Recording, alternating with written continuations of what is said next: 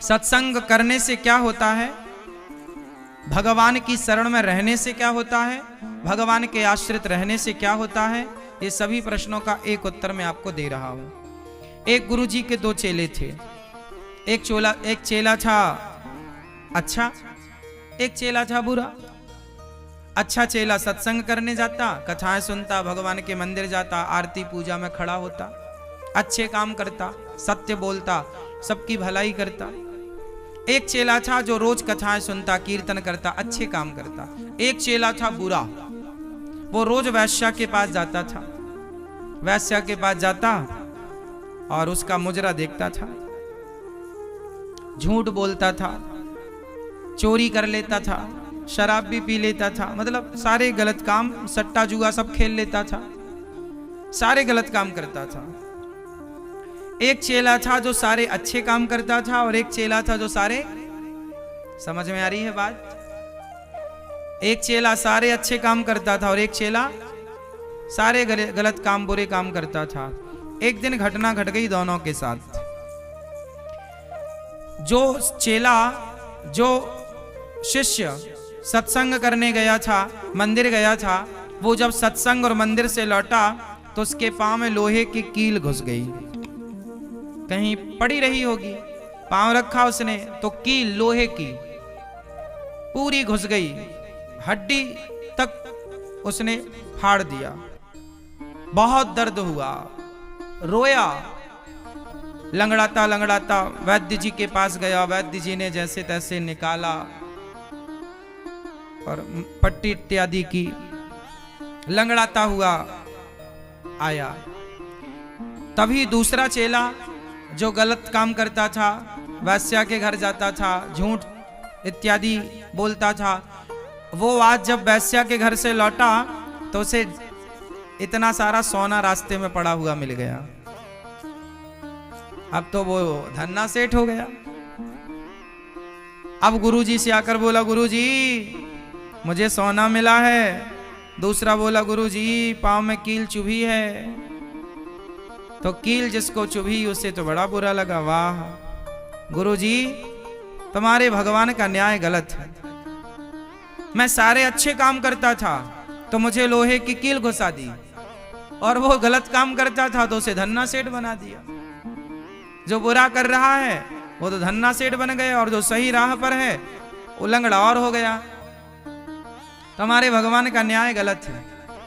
अब मैं नहीं करता कोई पूजा वूजा, मैं भी उसी की तरह रहूंगा।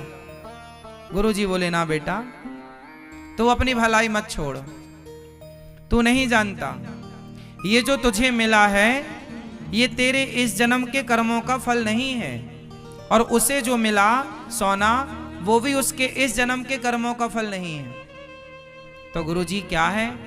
गुरुजी ने कहा, बेटा ईश्वर का विधान थोड़ा अलग है। जो तू नहीं देख पा रहा है वो मैं देख पा रहा हूं। गुरुजी आप क्या देख रहे हैं? गुरुजी ने कहा, बेटा उसे आज सोना क्यों मिला जानते हो? क्योंकि आज के दिन उसे राजा बनना था। उसके माथे पर राज योग था। उसके माथे पे क्या था? उसे आज राजा बनना था, पर वो बुरा काम करता रहा, गलत राह पर चलता रहा, झूठ बोलता रहा, वैश्या का संग, गलत काम करता रहा। तो उसका जो राजयोग था वो पिछले जन्म के पुण्य से राजयोग था। उसे कोई बढ़िया पुण्य कभी किया होगा, पर उसने इस जन्म में गलत काम कर लिया, तो उस गलत काम से उसका राजयोग हो गया समाप्त। पर थोड़ा सा उसे राजयोग तो था ही, राजा मतलब उसे सोने के खजाने मिलने वाले थे, तो उसे भगवान ने जरा सा सोना देकर उसका राजयोग टाल दिया। उसे बहुत सारे खजाने मिलने वाले थे, लेकिन उसे कितना सा सोना मिला? जरा सा। पर तुम्हें क्या लग रहा है? उसे तो सोना मिल गया। उसे बहुत मिलने वाला था, पर उसके पाप से वो राजयोग समाप्त हो गया और जरा सा उसे मिला। और तुम्हें लोहे की कील पांव में क्यों घुस गई? तुम तो भले आदमी थे, अच्छा काम करते थे। बेटा आज के दिन तुम्हारी मृत्यु थी, आज तुम्हें मरना था, तुम्हारी आयु इतनी ही थी। चूंकि तुमने पुण्य किया, कभी किसी का दिल नहीं दुखाया, सदा सच्चाई और अच्छाई मार्ग पर चले हो, तो भगवान ने तुम्हारी मृत्यु को लोहे की कील घुसा करके टाल दे रहे हैं कि तुम्हारा वो मृत्यु जरा से पीड़ा, जरा से दर्द में टल गई। मृत्यु थी पर वो जरा से में टल गई। पर तुम्हें क्या लगा, अरे हम तो अच्छे आदमी थे पर हमें तो लोहे की कील घुस गई, इतना कष्ट। अरे आप सोच नहीं सकते कि आपके जीवन में कष्ट कितना था, पर कितना सा हुआ। आप ये क्यों सोचते हैं कि वो बहुत पापी है, बहुत गलत आदमी है, फिर भी महाराज जी देखो वो धन्ना सेठ हो गया। हाँ, वो और करोड़पति होने वाला था, पर बुरे काम किए ना तो उसका माइनस हो गया, सब पुण्य डाउन हो गया। हर व्यक्ति सुख या दुख अपने, आपको क्या लगता है कि हम तो आज अच्छा, हमने आज तो महाराज जी किसी के साथ गलत नहीं किया, फिर भी हमारे साथ गलत हो रहा। हाँ, आज नहीं किया ना, पिछला भी तो आपके संग है। आप ये क्यों भूल जाते हैं कि आपका केवल यही जन्म नहीं है, इसके पिछला भी प्रारब्ध आपके साथ है। उदाहरण से समझो, एक ही तारीख में 2 बच्चे पैदा हुए। 1 जनवरी को 2 बच्चे पैदा हुए, फॉर एग्जाम्पल 2 बच्चे पैदा हुए। एक बच्चा पैदा हुआ करोड़पति आदमी के घर, और एक बच्चा पैदा हुआ फुटपाथ पर किसी बहन के घर। जो करोड़पति के घर पैदा हुआ वो तो सोने के झूले में झूला झूलता है, सोने के चम्मच से दूध पीता है, और जो यहाँ फुटपाथ पर पैदा हुआ है उसकी माँ के पास लकड़ी का झूला तक नहीं है। साड़ी इस तरफ बांधती है, पेड़ पर उस तरफ बांधती है, साड़ी पर लिटाकर बच्चे को झूला झुलाती है, पीठ पर बांध लेती है बच्चे को, मजदूरी करती रहती है। एक ही समय पर, एक ही तारीख में 2 बच्चे पैदा हुए, पर एक जन्म लेते ही सोने की चम्मच से दूध पी रहा है, और एक के पास लकड़ी का पालना तक नसीब ना हुआ। ऐसा होता है कि नहीं? हाँ या ना? उत्तर दो। एक ही तारीख में जब 2 बच्चे पैदा हुए, तो उस बच्चे ने कौन सा पाप कर लिया कि जन्म लेते ही गरीब हो गया, और उस बच्चे ने कौन सा पुण्य कर लिया कि पैदा होते ही धन्ना सेठ हो गया? क्या था उसका पाप पुण्य? अभी तो पैदा ही हुआ है, अभी तो कोई पाप और पुण्य कुछ किया ही नहीं, तो ये क्यों कोई गरीब हो गया, कोई अमीर क्यों हो गया? उत्तर, वो पिछले जन्म के पुण्य से, उसने पिछले जन्म में पुण्य किया था तो जन्म लेते ही अमीर, और ये जन्म लेते ही गरीब क्यों? क्योंकि वो पिछले जन्म के पाप लेकर आया। तो हम या तो पाप लेकर चलते हैं या तो पुण्य लेकर चलते हैं। पाप हमें सदा दुख देते हैं, पुण्य सदा हमें दुख सुख देते हैं। पुण्य सुख, पाप दुख, यही क्रम है ईश्वर का। को न काहू को सुख दुख कर दाता, निज कृत कर्म भोग सब भ्राता। इसलिए जो हमें मिल रहा है वो हमारे ही कर्मों का फल है, अच्छा या बुरा। इसलिए हमें कभी ईश्वर पर दोष नहीं लगाना चाहिए, किसी और को दोषी नहीं ठहराना चाहिए कि तुम्हारे कारण ऐसा हुआ, तुम्हारे कारण। जो हो रहा है वो विधाता की मर्जी है, होना ही है वो। इसलिए आनंद से उस पल को बिताया जाए, उस क्षण को गुजारा जाए। ये वक्त भी गुजर जाएगा, ऐसा सांत्वना देना चाहिए अपने आप को। इसके सिवा आप कर भी नहीं सकते कुछ। ये वक्त भी गुजर जाएगा, हाँ या ना? ये जीवन ऐसे ही है मेरी मां, ऐसे ही है संसार।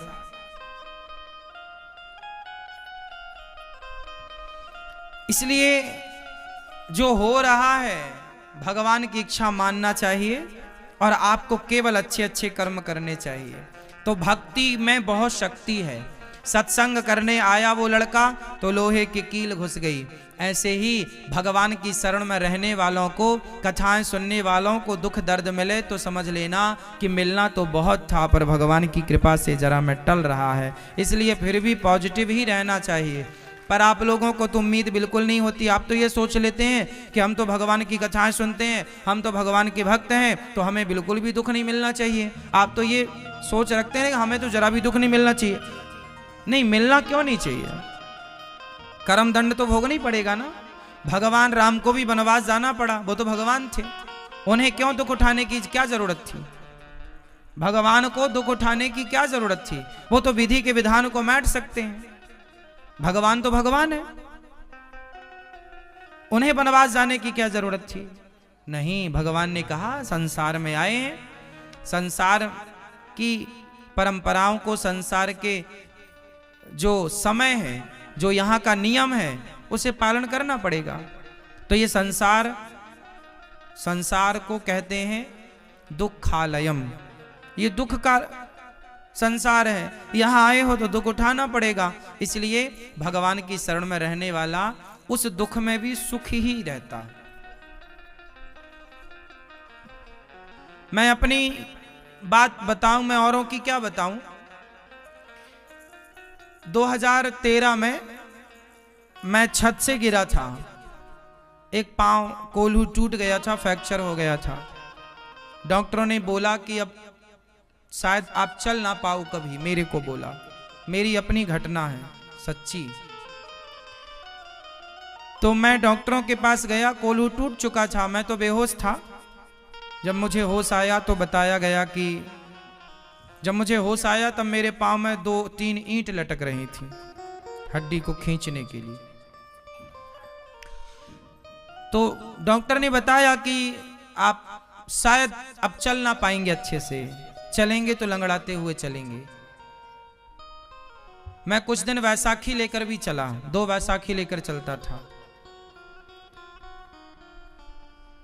फिर भी मैं प्रसन्न था, खुश था। मेरा मित्र मिलने आया, बोला कि तुम इतनी पूजा पाठ करते हो, फिर भी देखो इतना बड़ा हादसा हो गया तुम्हारे संग, तुम्हें बहुत दुख होगा। हमने कहा हमें कोई दुख नहीं है। हमने उससे कहा कि ये बताओ, हम 20-25 फीट ऊपर से गिरे थे, मर भी तो सकते थे, हाँ या ना? पर मरे नहीं। अच्छा, दोनों पांव टूट जाते तो क्या कर लेते, पर टूटा भी एक। तो हमने कहा कि ये तो भगवान की बहुत बड़ी कृपा है कि मेरे जीवन में आया, मेरी मृत्यु जो आई थी उस मृत्यु को भगवान ने एक जरा से फ्रैक्चर में टाल दिया। तो ये कृपा है ईश्वर की। चलो, माना कि लंगड़ाता रहूंगा तो फिर भी तो जीवन की यात्रा एक पांव से कर लूंगा। पर भगवान की कृपा, जब जीवन में ये संतोष था, भगवान से शिकायत नहीं थी तब भी कि तुमने ऐसा क्यों किया। 2 महीने तक तो बिस्तर पे ही रहा, कोई शिकायत नहीं। भगवान की कृपा से बाद में जब अंतिम एक्सरा हुआ तो डॉक्टर ने बोला कि आप बिल्कुल ठीक हैं। और मैं उसी लंगड़ापन की हालत में मैं बैसाखी लेकर चित्रकूट चला गया और चित्रकूट में कामता नाथ जी की परिक्रमा लगाई उसी लंगड़ापन में। और भगवान की कृपा फिर ऐसी हुई कि बहुत जल्दी वैसाखी भी चली गई और भगवान की कृपा से मैं फिर स्वस्थ पूर्ण रूप से हो गया। कबड्डी भी खेल लेता हूँ, दौड़ भी लेता हूँ और पांव बिल्कुल ठीक हो गया, मजबूत हो गया। कृपा भगवान की है। हम जरा जरा बातों में ना परेशान हो जाते हैं, शिकायत करने लग जाते हैं, ऐसा क्यों, ऐसा क्यों, ऐसा क्यों। हमें भगवान के विधान पर भरोसा नहीं होता। वो जो 2-3 महीने का टाइम पीरियड था जब बिस्तर पर आप थे, उस समय नेगेटिव थॉट आने पॉसिबल, संभव थे, स्वाभाविक थे, आती हैं। उस समय आपकी सोच बिल्कुल अपोजिट हो जाती है, अलग हो जाती है। उस दौरान अपने को संभालना होता है, उस दौरान अपने को पॉजिटिविटी से भरना होता है। उस समय ईश्वर पर विश्वास की आवश्यकता ज्यादा होती है। अभी तो देखो हम लोगों को सबको ईश्वर पर विश्वास है, पर जीवन में जब संघर्ष होता है, जीवन में जब कष्ट आता है, मुसीबत आती है, उस समय जब आपका ये विश्वास बरकरार बना रहे तब आपकी जीत हो जाती है, तब आप जीत जाते हैं। कि आपका विश्वास उस समय भी नहीं टूटा जिस समय में आप पर संकट आया। इसलिए भगवान के भरोसे रहना चाहिए मेरी मां, भगवान के ही आश्रित रहना चाहिए। जब मैं ऊपर से गिरा और बच गया तो मेरे मन में एक सवाल आया कि मैं बचा क्यों। मर भी तो सकता था। तब मुझे इस प्रश्न का उत्तर नहीं मिला था कि मैं बचा क्यों। फिर मुझे अब उस प्रश्न का उत्तर मिल गया। यदि मैं तब मर जाता तो शायद भगवान मुझे जिंदा रखे थे तो मेरे से कोई काम कराना चाहते थे, और वो काम था वृद्ध माओं की सेवा, अन्न क्षेत्र की सेवा। ये जो सेवाएं चल रही हैं, ये सेवा शायद भगवान इस शरीर से कराना चाहते थे, इसलिए उस समय भगवान ने, मृत्यु तो थी, मैं मर ही तो गया, और गिरा मतलब मर भी सकता था। बगल में बड़ा पत्थर था, पत्थर पर ना गिर के माटी में गिरा। तो बचाया, तो बचाने के पीछे उद्देश्य था ना ईश्वर का। तो समझ लो कि आप लोग यदि इस संसार में हैं तो ईश्वर के किसी उद्देश्य की पूर्ति के लिए आप सब हैं। और वो उद्देश्य की पूर्ति क्या है? वो ईश्वर आपसे कोई काम कराएंगे। यदि आप, जैसे माता कौशल्या है, माता कौशल्या के आने का उद्देश्य इस संसार में क्या था? केवल राम जैसे पुत्र को जन्म देना। स्वामी विवेकानंद जी की मां का इस संसार में आने का उद्देश्य था स्वामी विवेकानंद जैसे पुत्रों को जन्म देना। जन्म दिया, अपना काम पूरा किया, चले गए। हर व्यक्ति इस संसार में आया है तो अपना कोई ना कोई उद्देश्य लेकर आया है। आप भी आए हैं ना, तो कोई ना कोई उद्देश्य है आपका। अब आपको पता हो या ना हो वो अलग मैटर है, लेकिन हर व्यक्ति के आने का हेतु है, कारण है, उद्देश्य है। आप क्यों आए हैं इस संसार में? इसलिए इस प्रश्न को अपने आप से पूछिएगा कि आप क्यों आए हैं। क्या समाज के साथ बुरा करने आए हैं, या समाज की सेवा भला करने आए हैं? दूध पीने या शराब पीने आए हैं? क्या करने आए हैं? मेरा तो क्लियर है कि संसार में मैं आया हूं सेवा के लिए, और वही सेवा का कार्य ये दास अनिरुद्ध कर रहा है। मेरा आना सार्थक हो गया। आने का जो उद्देश्य होता है प्रत्येक प्राणी का, वो यही होता है कि हम किसी के काम आ जाएं। बस इस संसार में आने का मूल उद्देश्य है कि हम किसी के काम आ जाएं, हम देश के काम आ जाएं, हम समाज के काम आ जाएं, किसी काम हम आए बस। अब आप सोचिए कि आप किसके काम आ रहे हैं। यदि आप अपने पति के भी काम आ गई तो आपका पत्नी होना सार्थक हो गया। आप अपने बच्चों को सही संस्कार दे पाई, आप अपने बच्चों को सही संस्कार दे पाई तो आपका स्त्री बनकर मां बनकर आना सार्थक हो गया। तो बस हर व्यक्ति का एक उद्देश्य है। ये सवाल अपने आप से पूछेगा कि आपका उद्देश्य क्या है।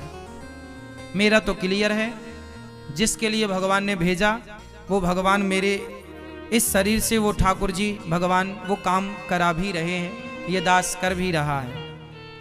अब प्रश्न बस आप अपने